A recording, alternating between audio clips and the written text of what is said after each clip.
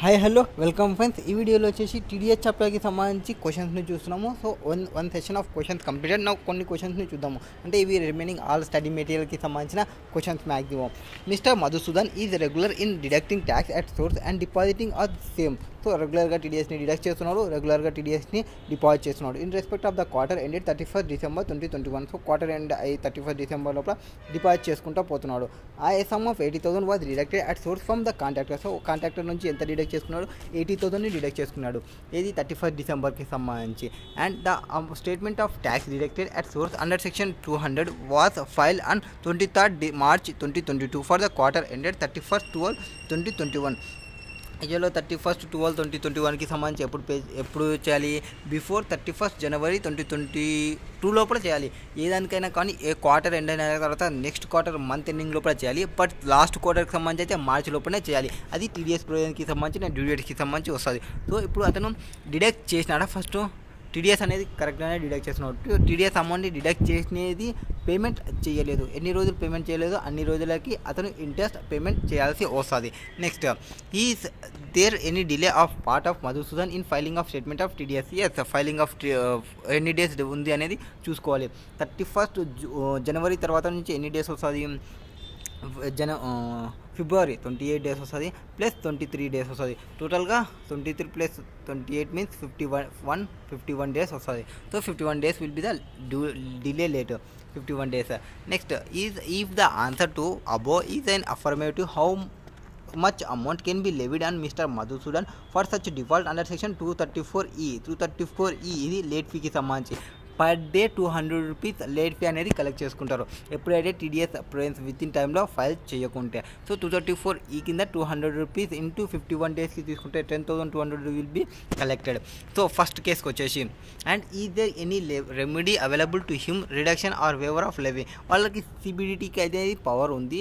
కొన్ని సెక్షన్స్లో CBDT relaxation provide చేయొచ్చు. సో ఇతను ప్రాపర్గా అప్లికేషన్ పెట్టుకుంటే సిబిడిటీ వాళ్ళు రిలాక్సేషన్ని ప్రొవైడ్ చేస్తారు. సో ఫస్ట్ దానికి answer yes, there is delay on the part of mister Madhusudan in filing of statement of TDS as per section 203 ప్రకారం. సో 200 ప్రకారం the statement of tax deducted at source for the quarter ended 31st December 2021 has to be filed on or before 31st January 2022. So ఎప్పుడు లోపల file చేయాలి? 31st December 2022 లోపల file చేయాలి. ఒకవేళ అది ముందు క్వార్టర్కి అయితే దాన్ని నెక్స్ట్ మంత్ తర్వాత ఎండింగ్ లోపల ఫైల్ చేయాలి. లాస్ట్ క్వార్టర్కి అయితే 31st March లోపల ఫైల్ చేసుకోవాలి. 31st March కాదు, 24th March సంథింగ్ ఏదో అంటారు అనుకుంటా. Next, however the same has been file only on 23rd March 2022. Hence, there has been 51 days delay on the part of Mr. Madhusudan in filing the statement of TDS. So 51 days delay చేసినాడు.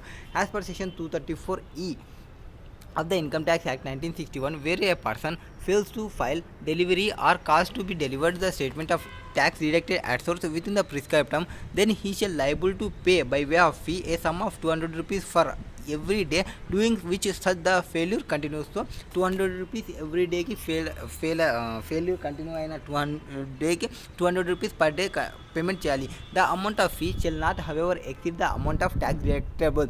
So ఆ amount అనేది 200 rupees collect చేసే amount అనేది tax deducted ఎంతైతే pay చేయాలో అంత amount మించి కాకూడదు. ఫర్ ఎగ్జాంపుల్ ట్యాక్స్ అమౌంట్ వచ్చేసి టీడీఎస్ అమౌంట్ వచ్చేసి 5,000 ఉంది అనుకోండి, లేట్ ఫీ అనేది 6,000 వచ్చింది అనుకోండి, అది బాగోదు. సో వాళ్ళు కలెక్ట్ చేసేది ఓన్లీ 5,000 వరకు మాత్రమే కలెక్ట్ చేసుకుంటారు. In this case, since mister Madhusudan has delayed filing statement 51 డేస్కి డిలే చేసినాడు, he would liable to pay fee of 200 rupees into 51 days, that is 10,200 rupees under section 234E.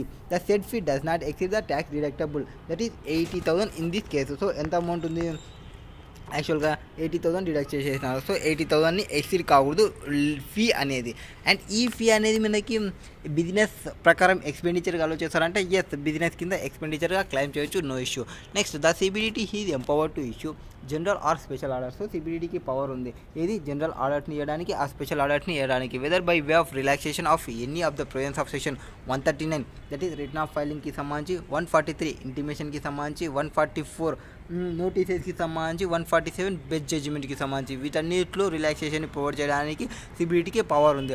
Are otherwise in respect of any class of income, ఏదైనా class of ఇన్కమ్కి సంబంధించి, so for example capital gain ఇన్కమ్కి సంబంధించి కానీ, are PGBP ఇన్కమ్కి సంబంధించి కానీ, other source ఇన్కమ్కి సంబంధించి, are class of cases కొన్ని కేసెస్కి సంబంధించి అంటే ప్రొఫెషనల్కి సంబంధించి కానీ, ఆర్ ఆర్టిస్ట్కి సంబంధించి కానీ, ఆర్ శాలరీ ఎంప్లాయిడ్కి పర్సన్కి సంబంధించి కానీ, the CBDT May issue such orders from time to time. So ఆ ఆర్డర్స్ని టైమ్ టు టైమ్కి ఇష్యూ చేస్తారు if it consider expended to do so for the purpose of proper and efficient management of the work of assessment and the collection of revenue. Section 234E is included in the list of sections in respect of which the CBDT is empowered to issue order for relaxation of provisions of the Act.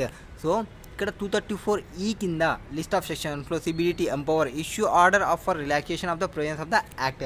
Hence remedy available to mister Madhusudan is that he can file an application to the CBDT under section 119 and seek waiver reduction of penalty levied or leviable under section 234E. Next question number 2. What is there in question number 2? Shrimati Vijaya proprietor of Lakshmi enterprises made turn over 210 crores to 10 lakhs. So Vijaya ఏం చేసింది 210 lakhs turn over చేసిందంట during the year previous year. ఈ her turn over for the year ended 31st March 2022 was 90 lakhs. So అంత previous year వచ్చేసి 90 lakhs ఉంది, ఈ year వచ్చేసి 210 lakhs ఉంది. అంటే ఇక్కడ లెస్ దెన్ 1 crore ఉందని మనకి ఇంటి ఇస్తున్నారు. Decide whether the provisions relating to deduction of tax at source are attracted by the following payments. Purchase commission paid to one agent 194H 25,000 on 13/3/6/2001 pay purchase made during the year. Next civil payment to civil engineer 194J professional service की संबंधी 5 lakhs on 23rd August 2021 for construction of residential house. So residential house అంటే అది personal నేచర్కి అయిపోద్ది, so personal nature ఉంది అది. And ఆ amount అనేది లెస్ దెన్ 50 lakhs ఉంది కాబట్టి 194M కూడా అప్లికబిలిటీలోకి రాదు. So first case since Shrimati Vijaya turn over for business was 210 lakhs in the immediately preceding financial year, that is she is liable to deduct at source previous year 21-22 irrespective of her turnover being only 90 lakhs. So last year turn over 90 lakhs ఉన్నప్పటికీ current year turn over అనేది మీరు exceed అయింది కాబట్టి, ఎంత 1 crore exceed అయింది కాబట్టి మీరు టీడీఎస్ని deduct చేసుకోవాలి. So as per section 194H కింద కమిషన్ ఇన్కమ్కి టీడీఎస్ డిడక్ట్ చేసుకోవాలి. అండ్ ఆ అమౌంట్ అనేది ఆల్రెడీ ఎక్సీడ్ అయింది కాబట్టి 15,000 ఎక్సీడ్ కాకుంటే టీడీఎస్ని డిడక్ట్ చేయాల్సిన అవసరం లేదు. సో ఇక్కడ అమౌంట్ ఎంత పేమెంట్ చేస్తున్నాము 25,000. సో ఎక్సీడింగ్ 15,000 ఉంది కాబట్టి టీడీఎస్ని డిడక్ట్ చేసుకోవాలి. నెక్స్ట్ 194C వర్క్ కాంట్రాక్ట్కి సంబంధించి 2 కేసెస్, ఒకటి 2% అండ్ ఒకటి 1% ఉంటుంది. నార్మల్గా 1% కేసు వచ్చేసి ఇండివిజువల్ అండ్ హెచ్యూఎఫ్కి పే చేస్తాం అండ్ 2% ఫర్ అదర్ కేసెస్కి సంబంధించి. So payment to residential contractors, ఆ రెసిడెన్షియల్ కాంట్రాక్ట్కి ఇండివిజువల్ హెచ్యూఎఫ్ వచ్చు. ఇండివిజువల్ ఆర్ హెచ్యూఎఫ్ అయితే 1% తీసుకుంటాము, అదర్ కేసెస్ అయితే 2% తీసుకుంటాము. However as per section 194C no individual or HUF shall be liable to deduct income tax on sum credited or paid to the account of the contractor where such sum is credited or paid exclusively for personal purposes of such individual or any member of HUF. In such case the provisions of section 194M attracted provided aggregate payment to the contractor exceeds 50 lakhs. So 194M ఎప్పుడు వస్తుంది 50 lakhs exceed అయినప్పుడు payment అనేది aggregate payment అనేది కాంట్రాక్టర్కి 50 lakhs exceed అయినప్పుడు 194M అనేది attract వస్తుంది. In this case since Srimati Vijaya, an individual make payment 5 lakhs to civil engineer for reconstruction of residential house for self purpose, he is not liable to deduct tax TDS under section 194C as well as 194M. 194C లో రాదు, 194M లో రాదు. Next question number 3. What is the rate at which the tax is either to be deducted or collected under the provisions of the Act in the following cases? A partnership firm making sales of timber in September 21 which was procured and obtained under forest lease. ఇవి TDS provisions అనేది ఇవి corona కేసుకి సంబంధించి provisions ఉంటాయి, so అందుకే కొంచెం తక్కువ ఉంటాయి.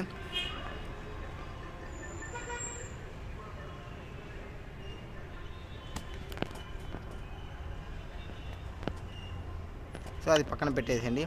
Next examine the liability for tax deduction at source in the following cases. Assessment year 22-23 wing has paid 15 lakhs during the year to airport authority India towards landing and parking charges. So ఒక company airlines వాళ్ళకి ఒక 15 lakhs ఇచ్చింది. ఇప్పుడు ఇది amount ఏదైతే payment చేసిందో landing and పార్కింగ్కి rent ప్రకారం తీసుకోవాలా 194 అనుకుంటా, రెంట్ ప్రకారం తీసుకోవాలా ఆర్ వేరేగా తీసుకోవాలా అనేది first question. Next, omega limited and event management company organised A concrete of international artists in India. In this connection, it is engaged in service of overseas agent Mr. John from UK to bring artists to India. So ఇక్కడ ఒక event management ఉంది company, omega event company, and international ఆర్టిస్టులు ఉన్నారు ఆ organised కాన్సెప్ట్లో. And ఇక్కడ కనెక్షన్లో it is engaged the service of an overseas agent Mr. John for UK to bring artists to India. He contacted the artists and negotiated with them for performance of India in terms of authority given by the company. He did not take part of event organized in India. So అతను payment వచ్చేసి ఎంత చేస్తున్నారు, commission వచ్చేసి 1 lakh రూపాయి payment చేస్తున్నారు to overseas ఏజెంట్కి సంబంధించి. So అక్కడ TDS ప్రైజెస్ అప్లికబుల్ అయితే అప్లికబుల్ కాదనేది చెప్పాలి. Next, Ramesh gave and billing to sublease. So sublease ఇచ్చినామంటే లీజ్ అంటే 194 వస్తుంది, 194 to MAC Limited with effect from 1/7/2021 on rent of 20,000 per month. The company also took an hire machinery for Ramesh with effect from 1/11/2021 on hire charges of 15,000 per month. So rent amount ఎంత ఉంది, amount వచ్చేసి hire charges వచ్చేసి 15,000 per month ఉంది. Rent of building and hire charges of machinery. So బిల్డింగ్కి and మిషనరీకి సంబంధించి, so ఇక్కడ బిల్డింగ్కి 20,000 ఉంది, మిషనరీకి 15,000 ఉంది. ఇది 20 + 15 మొత్తం 35 ఉంది. సో అగ్రిగేట్ అమౌంట్ తీసుకోండి. అండ్ వీటికి డిఫరెంట్ రేట్ ఉంటుంది, వీటికి డిఫరెంట్ రేట్ ఉంటుంది. ఆ డిఫరెంట్ రేట్ ప్రకారమే మనం టీడీఎస్ని క్యాలిక్యులేషన్ చేయాల్సి వస్తుంది. Next, 2,45,000 paid to mister X on 1/2/2022 by Karnataka state bank on compulsory acquisition of urban land. What would be your answer if agriculture land వచ్చేసి అగ్రికల్చర్ ల్యాండ్ అయితే అది ఎంత అమౌంట్ పేమెంట్ చేసిందని చూడండి, 2,45,000 పేమెంట్ చేసింది. ఓకే, అది కంపల్సరీ అక్విజిషన్ అప్పుడు కూడా టీడీఎస్ని డిడక్ట్ చేయాల్సి వస్తుంది. సో ఫస్ట్ కేసుకి వచ్చేసి ఇది ల్యాండింగ్ అండ్ పార్కింగ్ ఛార్జెస్కి మంచి టీడీఎస్ ఎట్లుంటుందంటే యాక్చువల్గా 2 సెక్షన్స్ని ఫస్ట్ మనం రిఫ్లికేషన్ చేసుకుంటా చెప్పాల్సి వస్తుంది. అందులో ఏమంటే the land and parking charges which are fixed by the airports authority limited are not merely use of land. ఏదైతే అమౌంట్ చెప్పిందో అంటే ఫర్ ఎగ్జాంపుల్ ఇప్పుడు నేను బయట ఒక ల్యాండ్ ఉందనుకోండి, ఆ ల్యాండ్ని నేను ఇచ్చినా అనుకోండి, రెంట్ ఆఫ్ ల్యాండ్ అయిపోతుంది. రెంట్ ఆఫ్ ల్యాండ్ అంటే ఆ ల్యాండ్ని నేను యూజ్ చేసుకుంటా. But in case of this కేసులో అంటే ల్యాండింగ్ పార్కింగ్కే ఇచ్చినప్పటికీ, ఎయిర్లైన్స్ ఇచ్చినప్పటికీ జస్ట్ నువ్వు ల్యాండ్ ఒకటి యూజ్ చేయరు, ఎవరు వాళ్ళు, వాళ్ళకి సంబంధించి ఆ ల్యాండ్ అనేది, ల్యాండ్ అంటే ఎక్కడ పడితే అక్కడ ల్యాండ్ ఉంది, ఆ ల్యాండ్ నేను తీసుకుంటా, ఆ ల్యాండ్ నేను ఫ్లైట్ని స్టాప్ చేస్తా అంటే కాదు. సో ఎయిర్లైన్స్ వాళ్ళు కొంత మెయింటైన్ చేయాల్సి వస్తుంది ఆ ల్యాండ్ని. దానికోసం ఇది రెంట్ అని చెప్పము, రెంటింగ్ ఆఫ్ ల్యాండ్ అని చెప్పము. సో ఇది వర్క్ కాంట్రాక్ట్ కింద చెప్తాము, that is use of land. These charges are also for services and facilities offered in connection with the aircraft operation at the airport which include providing of air traffic service, ground safety. So అక్కడ ఏం చెప్తారు, services ఏవేవి facilitate చేయాల్సి వస్తుంది, ఇంకా in connection with that airport ఆపరేషన్కి సంబంధించి includes air traffic సర్వీసెస్ని ప్రొవైడ్ చేయాలి, గ్రౌండ్ సేఫ్టీ సర్వీసెస్ని ప్రొవైడ్ చేయాలి, ఆర్కోనాటిక్ కమ్యూనికేషన్ ఫెసిలిటీస్ని ప్రొవైడ్ చేయాల్సి వస్తుంది, installation and maintenance of navigational aids and meteorological services at the airport. So అవన్నీ మెయింటైన్ చేయాల్సి వస్తుంది. జస్ట్ ల్యాండ్ని ఇస్తే సరిపోదు, ఆ ల్యాండ్కి ప్రాపర్గా మెయింటెనెన్స్ అనేది చేయాలి, ఎవరు ఎయిర్లైన్స్ వాళ్ళే మెయింటైన్ చేయాలి. So this is the case, the tax is not deducted under section 194I కింద డిడక్ట్ చేయము, that is rent of land కింద డిడక్ట్ చేయము, which provide deduction of tax payment in the nature of rent. ఏం tax is deducted 2% under section 194C by airlines company wings limited on payment of 15 lakhs made towards landing and parking charges to the airport authority of India for the previous year 21-22 సంబంధించి. Next, TDS and services of overseas agent outside India. So outside India వాళ్ళకి amount pay చేసినప్పుడు ఆ అమౌంట్కి TDS deduct చేయాలా deduct చేయకూడదా అంటే, first and overseas agent of Indian company operates in his own country and no part of his income accrue or arise in India. So ఆ agent ఎవరైతే ఉంటారో, ఓవర్సీస్ ఏజెంట్ అయితే ఉన్నాడో, ఇండియన్ కంపెనీకి operate చేస్తున్నారు, అక్కడ ఎక్కడ వర్క్ చేస్తున్నారు అంటే ఓన్ కంట్రీలోనే వర్క్ చేస్తున్నారు, ఇండియాకి ఎటువంటి లింక్ అనేది లేదు. Is commission is as usually remitted directly to him and he therefore not received by him or on his behalf in India. The commission paid to non-resident agent of service rendered outside India and he is not chargeable to tax in India. So అతను work outside India చేస్తున్నాడు and amount outside India తీసుకుంటున్నాడు. ఏదైతే commission amount outside India తీసుకుంటున్నాడో ఇది ఎక్కడ మనకి ఇండియాకి ఎటువంటి లింక్ అనేది లేదు. సో సిన్స్ కమిషన్ అమౌంట్ అనేది టీడీ ట్యాక్స్ ప్రొవిజన్స్లోకి రాదు, దాని మీద ట్యాక్స్ పే చేయాల్సిన అవసరం లేదు. Commission income for contacting and negotiating with artist by mister John a non resident who remains outside India is not subject to tax in India. Once tax liability ఇక్కడ రాకుంటే tax deduction అనేది రాదు. So there is no liability for deduction of tax. It is assume that commission equivalent to 1 lakh was remitted to mister John outside India. Next ఇంకా third case ఏమి, building and ల్యాండ్కి సంబంధించి individual కేసుకి amount provide చేసినప్పుడు ఆ amount అనేది first aggregate చేయండి. Aggregate చేసిన అమౌంట్ ఎక్సీడింగ్ 2,40,000 ఉందా చూడండి. 2,40,000కి ఎక్సీడ్ ఉంటే టీడీఎస్ని డిడక్ట్ చేయాలి. అట్ ద రేట్ ఆఫ్ బిల్డింగ్కి సంబంధించి అయితే 10% డిడక్ట్ చేయాలి. మిషనరీకి సంబంధించి అయితే 2% డిడక్ట్ చేయాలి. So T194I, if the aggregate amount of rental income paid or credited to a person exceeds 2,40,000, rent includes payment for use of inter-area building and machinery. So building include అవుతుంది, machinery కూడా include అవుతుంది.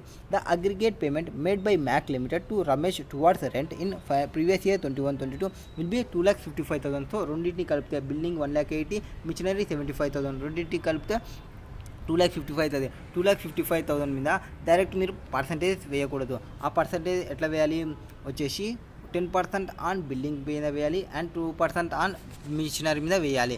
Next TDS and compensation for compulsory acquisition will be tax is deducted at source of 10% deduct చేయాలి. 194 LA కింద ఇది 7.5 అంటే corona time కాబట్టి 7.5 అని చెప్పారు. Way the payment is made to resident has compensation or enhanced compensation on compulsory acquisition of any immovable property. So ఏమైనా compensation వచ్చినా or enhanced compensation వచ్చినా అంటే కాంపెన్సేషన్ ఇంక్రీజ్ చేసిన ఆ కంపల్సరీ అక్విజిషన్లో ఏ ఇమ్మూవబుల్ ప్రాపర్టీకైనా సో అగ్రికల్చర్ ల్యాండ్ కాకుండా ఉంటే దాని మీద టీడీఎస్ని డిడక్ట్ చేయాలి. However no tax deduction is required if the aggregate payment does not exceed 2,50,000. So amount అనేది 2,50,000ని ఎక్సీడ్ కాకుంటే టీడీఎస్ డిడక్ట్ చేయాల్సిన అవసరం లేదు. Therefore no tax is required to be deducted at source on payment of 2,45,000 to mister X since the aggregate payment does not exceed 2,50,000. So amount అనేది 2,50,000 exceed కాలేదు. Since the definition of immovable property specifically excludes agriculture land. ఒకవేళ అది agriculture land అయితే no tax is deductible at source of compensation paid for compulsory acquisition of agriculture land. So compulsory acquisition of agriculture land అయితే టీడీఎస్ని deduct చేయాల్సిన అవసరం లేదు. Next, question number 5. Examine whether tax has been deducted at source under the Provisions of Income Tax Act 1961 in the following situations which have been taken place during the year. So, Mr. Jiva, a partnership firm, pays 43,000. So, partnership firm interest pay చేసింది of Indian branch బ్యాంకుకి సంబంధించి. So బ్యాంకుకి interest pay చేసింది, TDS deduct చేయాలని ఇది first question. Next ఆ firm వచ్చేసి interest pay చేసింది, పార్ట్నర్షిప్ ఫర్మ్ పార్ట్నర్కి ఇంట్రెస్ట్ పే చేసింది 44,000 ఇంట్రెస్ట్ పే చేసింది. ఆ పర్సన్ వచ్చేసి ఎవరు, నాన్ రెసిడెంట్ పర్సన్. సో టీడీఎస్ని డిడక్ట్ చేయాలనేది second question. And third question, the above firm paid 50,000 being share of profit of partner B non resident. So ఇక్కడ partner A and B so ఇద్దరికి payment చేసింది. అంటే ఒక రెసిడెంట్కి payment చేసింది 42,000, ఒక non రెసిడెంట్కి పేమెంట్ చేసింది 42,000. మనకి సెక్షన్ 194A కింద 40,000 ఎక్సీడ్ అయితే టీడీఎస్ని డిడక్ట్ చేయాలని చెప్తారు. సో ఆ ప్రొవిజన్స్ని గుర్తుపెట్టుకోవాలి. Next, firm paid 50,000 being share of profit of partner mister B to non resident. So share of profit అనేది సెక్షన్ 10(2)నేనా ఏదో ఒక సెక్షన్ కింద ఎగ్జామ్షన్ అవుతుంది అబ్బా, నాకు గుణ గుర్తు రాకుంది. Section 194A requires reduction of tax on any income by way of interest. So 194A ఏం డిస్కస్ చేస్తుంది, tax on any income by way of interest other than interest on securities credited or paid to resident at the rate in force. So rate in force ఎంతైతే ఉందో అంతా deduct చేసుకోవాలి. However ఇక్కడ it specifically excludes from its scope income credited or paid to any banking company to which Banking Regulation Act 1949 applies. So an Indian branch of a foreign bank transacting the business of banking in India is banking company to which the Banking Regulation Act 1949 applies. Therefore interest payment to such bank అంటే partnership firm బ్యాంకుకి interest payment చేసినప్పుడు, for example మీరు ఒక loan తీసుకున్నారు, ఆ లోన్కి సంబంధించి మీరు ఇంట్రెస్ట్ పేమెంట్ చేస్తున్నారు. 194A కింద నేను టీడీఎస్ డిడక్ట్ చేసి ఇంట్రెస్ట్ పేమెంట్ చేస్తా అంటే యాక్సెప్ట్ చేయదు బ్యాంకుకి పేమెంట్ చేసేటప్పుడు. సో టీడీఎస్ అనేది not attract TDS provisions under section 194A. Consequently, no tax is required to be deducted at source under section 194A on interest 43,000 paid by Mr. Jiva and Co, a partnership firm, on loan borrowed for Indian branch of foreign bank. Next ఇంకొక provision ఏమి 194A ఎవరు పార్ట్నర్స్కి provide చేస్తుంటే ఒక resident పార్ట్నర్కి provide చేస్తున్నప్పుడు ఒక non resident పార్ట్నర్కి provide చేస్తున్నప్పుడు TDS deduct చేయాలా అనేది ఫస్ట్ క్వశ్చన్. సో 194A ప్రకారం ఎప్పుడైతే ఆ అమౌంట్ అనేది గ్రేటర్ దెన్ 40,000 ఉంటుందో 40,000 ఉన్నప్పుడు టీడీఎస్ని డిడక్ట్ చేయాలి. But TDS tax at source of any income by way of interest other than interest on securities credited or paid to a resident excludes from its scope income credited or paid by a firm to its partner. Therefore, no tax is required to be deducted at source under section 194A on interest on capital 42,000 paid by a firm to Mr. A resident partner. So resident పార్ట్నర్కి మీరు payment చేసినప్పుడు interest payment చేసినప్పుడు టీడీఎస్ని deduct చేయాల్సిన అవసరం లేదు. But as per section 195 ప్రకారం ఏదైతే amount payment చేస్తున్నామో requires tax deduction at source on payment to non resident does not provide any exclusion in respect of payment of interest by a firm to its non resident partner. So ఎప్పుడైతే మీరు non resident పార్ట్నర్కి payment చేస్తుంటామో ఆ పర్సన్కి payment చేసేటప్పుడు therefore tax has to be deducted under section 195 at a rate in force in respect of interest on capital 44,000 paid to partner Mr. B non రెసిడెంట్కి payment చేసేటప్పుడు టీడీఎస్ని డిడక్ట్ చేయాలి. Next as per section 10(2)(a) ప్రకారం ఏం చెప్తుంది, పార్ట్నర్స్కి ఏదైనా ప్రాఫిట్ని షేర్ చేస్తుంటే share of profit received by a partner from the total income of the firm exempt. So firm నుంచి ఏదైతే అమౌంట్ రిసీవ్ చేసుకుంటారో ప్రాఫిట్తో అది ఎగ్జామ్ట్ అవుతుంది పార్ట్నర్స్ హ్యాండ్లో. Therefore the share of profit paid to non resident partner is not liable for tax deduction at source. So as per but section 195(6) ఏం చెప్తుంది అంటే section 195 ఏం చెప్తుంది, ఏ నాన్ రెసిడెంట్కి ఏమైనా అమౌంట్స్ని పేమెంట్ చేస్తుంటే మ్యాండేటరీగా టీడీఎస్ని డిడక్ట్ చేయండి అని చెప్తుంది 195. So the person responsible for paying any some whether or not chargeable to tax to non-corporate or non-resident to a foreign company shall be required to furnish information relating to payment of such a sum in the prescribed form and manner. ఒకవేళ ఆ amount అనేది TDS deduct చేయకుంటే ఆ TDS deduction chargeable కాకుంటే ఎవరికైతే non కార్పొరేట్కి ఆ non resident పర్సన్కి ఆ ఫారిన్ కంపెనీకి ప్రొవైడ్ చేసినప్పుడు ఆ రెస్పెక్టివ్ ఇన్ఫర్మేషన్ని ప్రిస్క్రైబ్డ్ మేనర్లో ప్రిస్క్రైబ్డ్ ఫామ్లో ప్రొవైడ్ చేయాలి. Next question number 6. What is there in question number 6?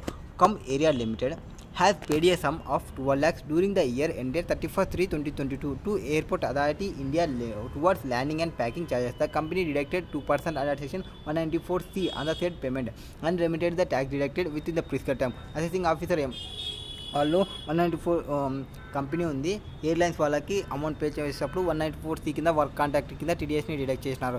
But assessing officer ఏమంటున్నారు అంటే అది రెంట్ 194I కింద డిడక్ట్ చేసి 10% డిడక్ట్ చేయాలని చెప్తున్నారు. సో మనం పైన ఆల్రెడీ చెప్పినాము ఇక్కడ ల్యాండ్ అంటే జస్ట్ ల్యాండ్ని ప్రొవైడ్ చేయదు, జస్ట్ ల్యాండ్ని ప్రొవైడ్ చేసే ఫ్లైట్లు ల్యాండ్లో దిగవు. సో వాళ్ళు కొన్ని మెయింటైన్ చేయాల్సినవి ఉంటాయి. సో ఆ మెయింటైన్ చేస్తున్నందుకు ఇది రెంటింగ్ ఆఫ్ ల్యాండ్ అని చెప్పము, ఇది వర్క్ కాంట్రాక్ట్ కింద చెప్తాము. So this issue is to whether the charges fixed by the air authority of India for landing and take off facilities and parking facility for the aircraft or for the use of land by the airlines company came up before Supreme Court. In the Supreme Court observed that the charges which are fixed by the AAI for landing and taking off services as well as for parking of aircraft are not for the use of land. So అది use of ల్యాండ్కి కాదు, అది ఏదైతే amounts payment చేస్తున్నారో this charges are for services and facilities offered in connection with aircraft operation at the airport which include providing of air traffic services, ground safety services,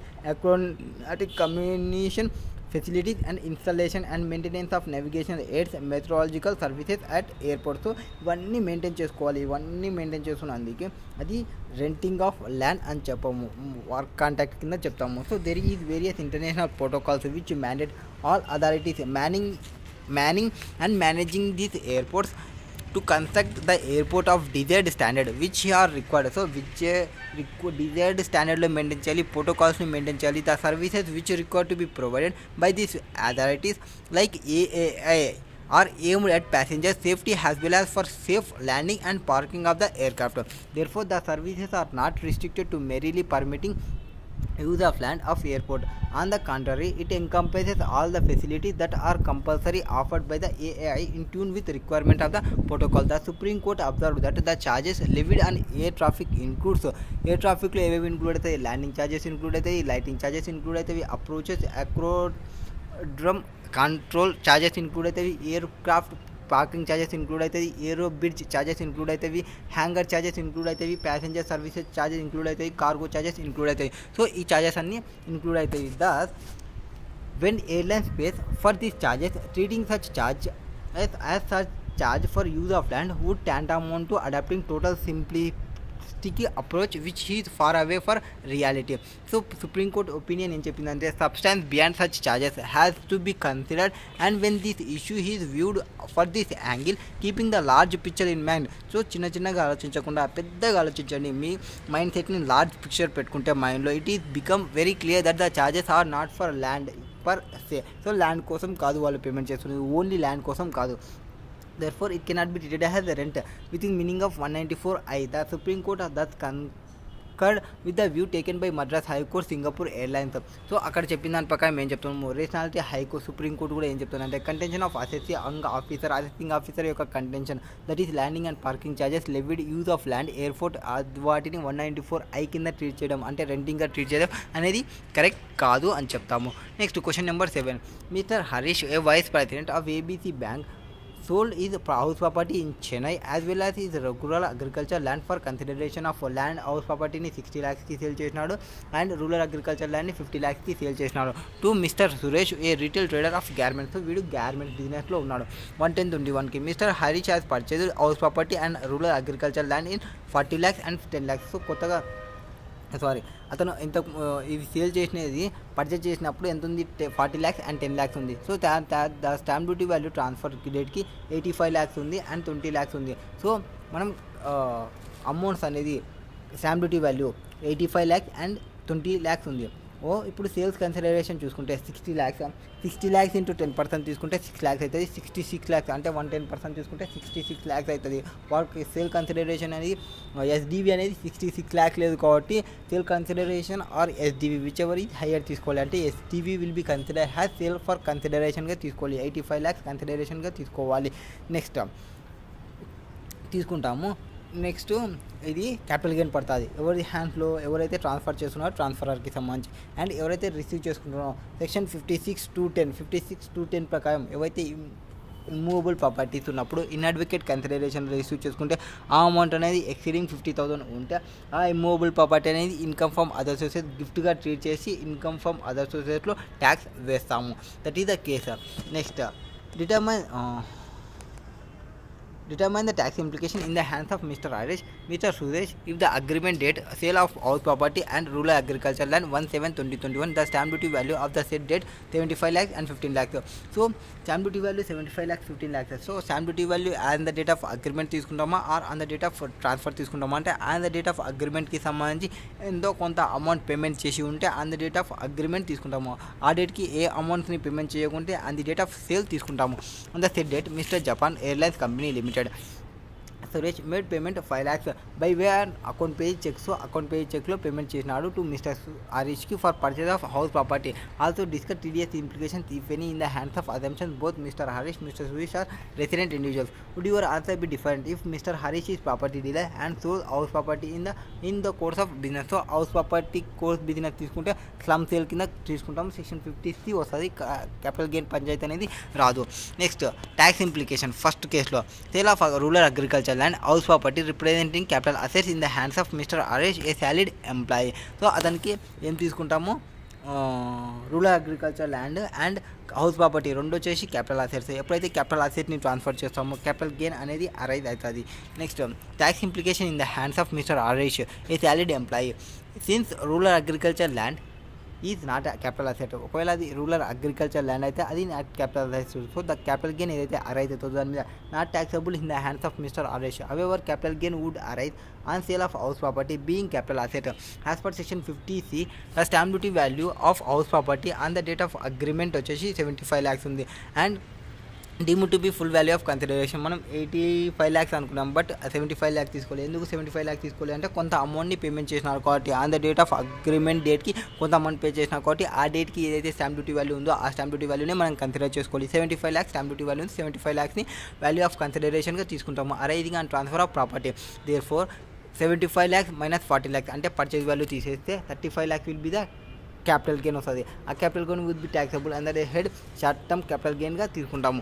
it may be noted that date of an agreement is different from the date on registration and part of consideration was received on or before the date of agreement by way of account pay cheque though stamp duty వాల్యూని consider చేయాలి. Deemed to be consider has sale value of consideration.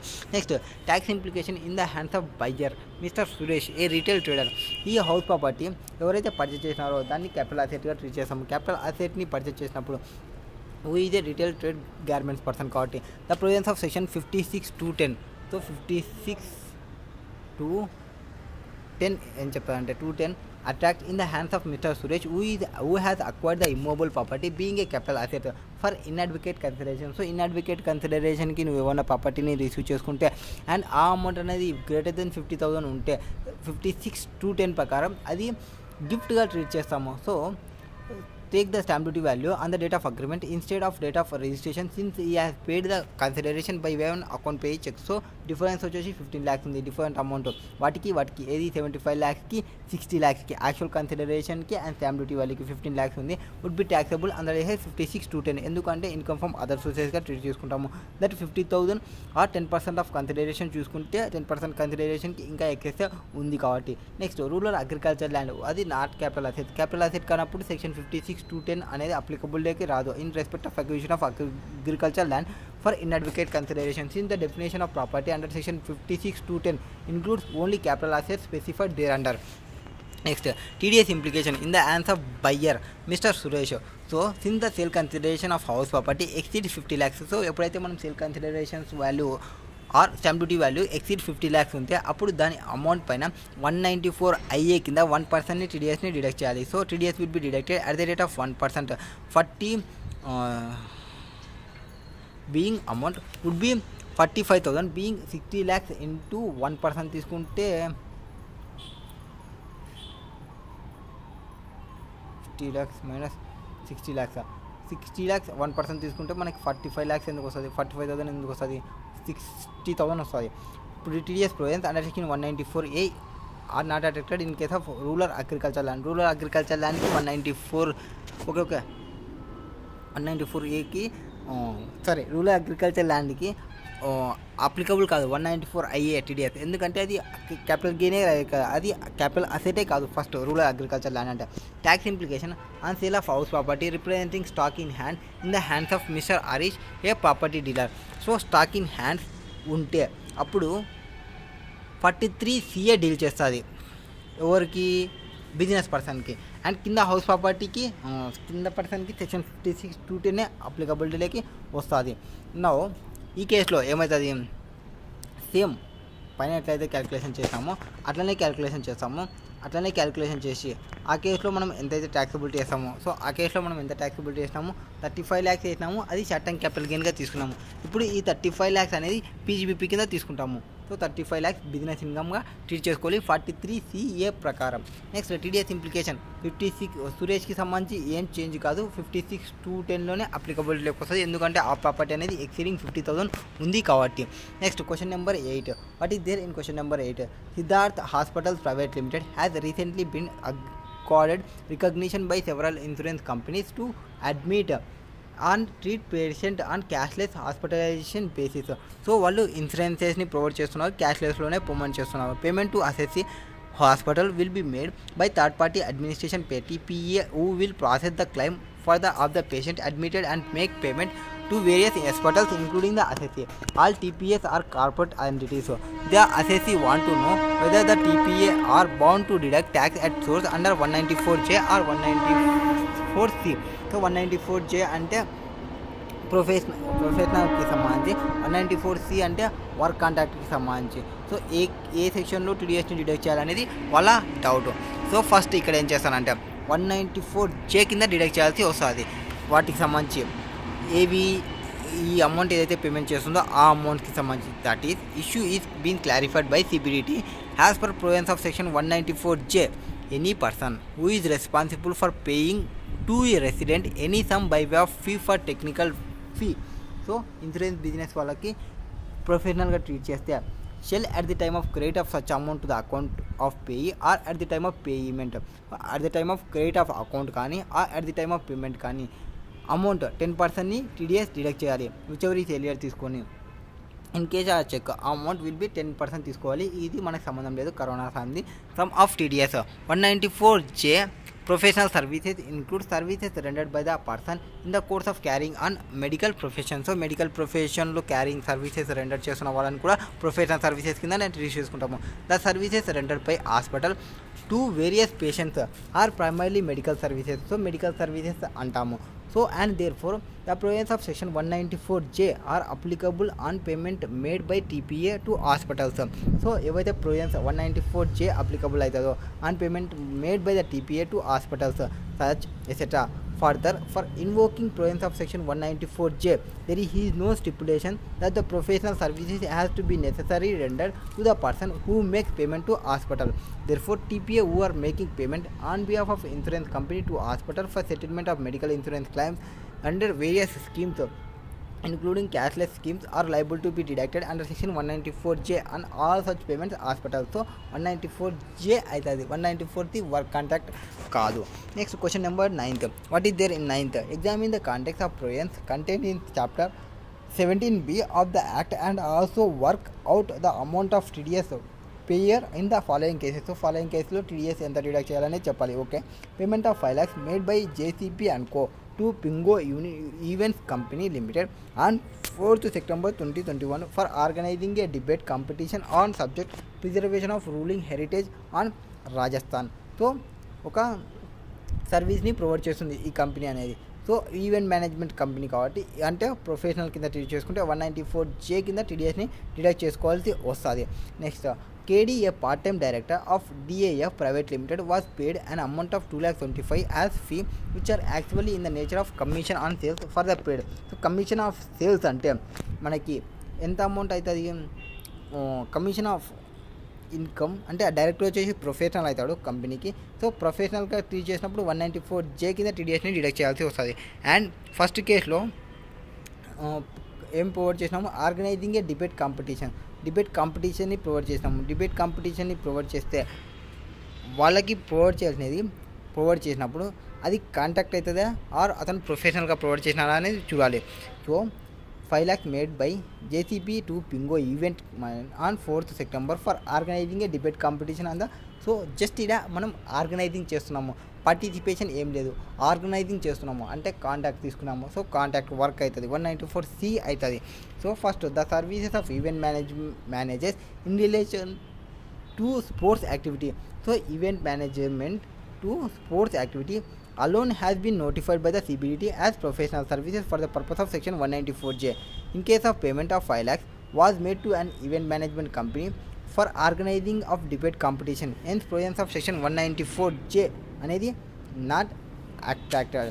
However, TDS provisions under section 194C to contact payment would be attracted at the rate of 2% in case of any other case, 1% in case of individual and HF. ఇక్కడ మనం payment వచ్చేసి కంపెనీకి కాబట్టి 2% TDS deduct చేయాలి 194C కింద. So 194T కింద 2% అంటే 10,000 మీద 2% అంటే 5 lakhs మీద 2% అంటే 10,000 టీడీఎస్ డిడక్ట్ చేయాలి. నెక్స్ట్ 194J ఏం చెప్తుంది, provide that for deduction of tax at the rate of 10% on any remuneration or fee or commission by whatever name called pay to director. So what ever మీరు ఏమైనా ఇష్టం వచ్చిన పేర్లు చెప్పుకోండి. మీరు డైరెక్టర్కి పేమెంట్ చేస్తున్నారా, ఎస్ డైరెక్టర్కి పేమెంట్ చేస్తున్నారు, 194J కింద టీడీఎస్ని డిడక్ట్ చేయండి. మీరు కమిషన్ అని చెప్పుకోండి, ఆర్ పర్క్విజిషన్ అని చెప్పుకోండి, ఆర్ ఇంకొక ఫ్రీ అని చెప్పుకోండి, మీ ఇష్టం వచ్చినది చెప్పుకోండి, మాకు సంబంధం లేదు. 194J కింద 10% టీడీఎస్ని డిడక్ట్ చేయండి అని చెప్తున్నారు. కమిషన్ అని చెప్పుకుంటే ఏమవుతుంది, ఏమన్నా చేంజ్ అవుతుందంటే కమిషన్ చెప్పుకుంటే 194Hకి పోతాం, అక్కడ ఓన్లీ 1% మాత్రమే టీడీఎస్ని డిడక్ట్ చేస్తాము. So that is the case. 192 కిందనే TDS deduct which is not in the nature of salary in respect of which tax is deducted under section 192. So 192 కింద అయితే శాలరీ అయితే డిడక్ట్ చేస్తాము అట్లయితే. నెక్స్ట్ హెన్స్ ట్యాక్స్ ఈ deducted at source under section 194J at the rate of 10% by DAF Private Limited on the commission 2,25,000 pay to KD a part-time director. The tax deducted under section 194J would be 16,875 being 2,25,000 మీద 10% TDS deduct చేయండి. Next examine the applicability of the provisions relating to deduction of tax at source in the following cases. ట్రాన్సాక్షన్కి సంబంధించి TDS provisions applicability చెప్పాలి. Okay, Max Limited pays 1,02,000 to Mini Limited, a resident contractor who under the contract dated 15th October 2021 manufactures a product according to specification of Max Limited by using material purchased from Max Limited. So వీని దగ్గర నుంచే purchase చేసుకొని వీనికి కావాల్సిన specification ప్రకారం మనం provide చేస్తున్నాం కాబట్టి 194C కింద టీడీఎస్ అనేది డిడక్ట్ చేయాల్సి వస్తుంది. ఒకవేళ మనం పర్చేస్ చేసినది వేరే వాళ్ళ దగ్గర నుంచి పర్చేస్ చేసి వీనికి డైరెక్ట్ మనమే మ్యానుఫ్యాక్చరింగ్ చేసి సేల్ చేస్తుంటే అది కాంట్రాక్ట్ టు సేల్ అవుతుంది. అప్పుడు కమిషన్ అమౌంట్ డిడక్ట్ చేసి వర్క్ కాంట్రాక్ట్కి రాదు. సో వర్క్ కాంట్రాక్ట్ అవుతుందా కాదనేది ఫస్ట్ మనం తెలుసుకోవాలి. So with in definition of work contract అయితే 194C కింద ఎవరికి ఇది మినీ లిమిటెడ్ కంపెనీ అయితే 2%, కంపెనీ కాకుంటే 1% డిడక్ట్ చేయాలి. Next A company operating A television channel make payment of 5 lakhs to former Indian cricketer on 10th March 2022 for making running commentary of a one-day cricket matches. So మ్యాచ్కి commentary చెప్తుంటే వచ్చింది 6 వచ్చింది 6 వచ్చింది పోయింది వచ్చింది అట్లా చెప్తుంటారు కదా కామెంటరీ. ఎవరైతే కామెంటరీస్ ఉంటారో ఆ కామెంటరీకి సంబంధించి ప్రొఫెషనల్గా ట్రీట్ చేసాము 194J కింద టీడీఎస్ని డిడక్ట్ చేయాలి. 194J టీడీఎస్ డిడక్ట్ చేయాలి. EL limited a foreign company pays outside India salary to its employee mister Raghavan, a foreign national and non-resident for services rendered in India. సో 194E వస్తుంది అనుకుంటా కాదా, 194(5) అంట అబ్బాయి ఏముంది. ఈఎల్ లిమిటెడ్ ఓకే ఫారిన్ కంపెనీనా, not Indian company. ఫారినర్కి అయితే 194E. ఫారిన్ కంపెనీ ఉంది pays outside India salary to his employee mister Raghavan foreign nation. So వాడేమో అవుట్ సైడ్ ఇండియా ఉంది for services rendered in India, non resident person and foreign company. ఆ person వచ్చేసి service rendered in India. ఆ కేసులో TDS applicability provision గురించి చెప్పాలి. So ఫస్ట్ది definition of work సంబంధించి అండర్ సెక్షన్ 194C కింద 194C కింద వర్క్ అంటే ఏమి, work includes manufacturing or supplying or product according to the requirement or specification of a customer by using material purchased from such customer or its associates. So ఏదైతే work contract వర్క్లో manufacturing కావచ్చు, supplying కావచ్చు, or product according to the requirement or specification of customer కావచ్చు by using material purchase from such customer or its associates. Assets అనేది purchase చేసేది ఆ customer నుంచైనా purchase చేయడం ఆర్ ఆ అసోసియేట్స్ పర్సన్ నుంచైనా పర్చేజ్ చేస్తే అప్పుడు అది వర్క్ తీసుకున్నట్లు అవుతుంది. So in this instant case Mini limited manufactures of product as per specification given by Max limited by using raw materials purchase from Max limited. So వాళ్ళ దగ్గర work తీసుకొని వాళ్ళ దగ్గరనే పర్చేజింగ్ ఆఫ్ మెటీరియల్ తీసుకున్నాము కాబట్టి ఇది వర్క్ అవుతుంది. So first అది వర్క్ అయిందంటే ఇది 194C కింద వర్క్ కాంట్రాక్ట్ అవుతుంది. Consequently tax deducted and invoice value exceeding value of material purchase from such customer if such value mention separately in the invoices.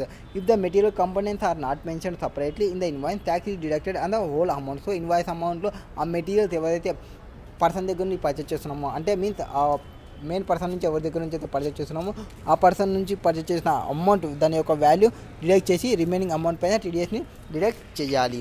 Next provisions of 194J deduction of tax at source under section 194J are attracted in respect of payment of fee for professional services if the amount of such fee exceeds 30,000. So 194J కింద ఎప్పుడు టీడీఎస్ని deduct చేస్తాము 30,000 exceed అయినప్పుడు relevant financial ఇయర్కి సంబంధించి. So services rendered by the commentary in relation to sports activity has been notified by the CBDT has professional services for the purpose of 194J. CBDT provide చేసింది ఏవైతే కామెంట్స్ని చెప్తుంటారో commentary person వాటిని professional సర్వీస్గానే treat చేసుకుంటాము. So 10% deduct చేయాలి. 5 lakhs into 10% తీసుకుంటే 50,000 వస్తుంది అనుకుంటా. టీడీఎస్ డిడక్ట్ చేయాలి 194J కింద. నెక్స్ట్ సెక్షన్ 194(5) ఇది నాన్ రెసిడెంట్కి సంబంధించి deduction of tax at source by any person responsible for making payment to non resident any interest or any other sum chargeable under the provisions of income tax act other than income chargeable under the head. So salary కాకుండా వేరే హెడ్లలో ఏమన్నా హెడ్లలో non రెసిడెంట్కి payment చేస్తుంటే section 195 అప్లికబిలిటీలోకి వస్తుంది. ఒకవేళ శాలరీ అయితే 192 వస్తుంది. As per section 192 2 requires any person responsible for paying income under the head salaries to deduct tax at source. Therefore, even if the payer is a foreign company, section 192 would be applicable. So foreign company అయినప్పటికీ 192 sections అనేది applicable అవుతుంది. TDS provisions under section 192 are attracted if the salary payable to a non-resident is chargeable to tax in India. Under section 9(1), income which falls under the head salaries shall be deemed to accrue or arise in India if it is earned in India. Salary payable for services rendered in India shall be regarded as income earned in India. Therefore, salary paid to Mr. Raghavan, a non-resident, attract tax liability in India as he has rendered service in India. The salary attributable to such services, therefore, foreign company EL Limited is liable to deduct at source 192 from salary Mr. Raghavan. So, Mr. Raghavan ki okay రాఘవాకి 192 కింద టీడీఎస్ని deduct చేయాలి. 192 కింద టీడీఎస్ని ఎట్లా deduct చేస్తాము? First normal slab rate ప్రకారం calculation చేయండి. Normal slab rate ప్రకారం calculation చేసి ఆ ట్యాక్స్ ఎంత వస్తుందో tax amount divided by tax liability చేసి ఎంత పర్సెంటేజ్ వస్తుందో ఆ యావరేజ్ రేట్ ఆఫ్ పర్సెంటేజ్ని ఈచ్ మంత్ శాలరీ అమౌంట్ని మల్టిప్లై చేసి ఆ అమౌంట్ని డిడక్ట్ చేసి రిమైనింగ్ అమౌంట్ శాలరీ ఇన్కమ్గా పేమెంట్ చేయాలి, క్రెడిట్ చేయాలి. నెక్స్ట్ రిమైనింగ్ నెక్స్ట్ క్లాస్లో.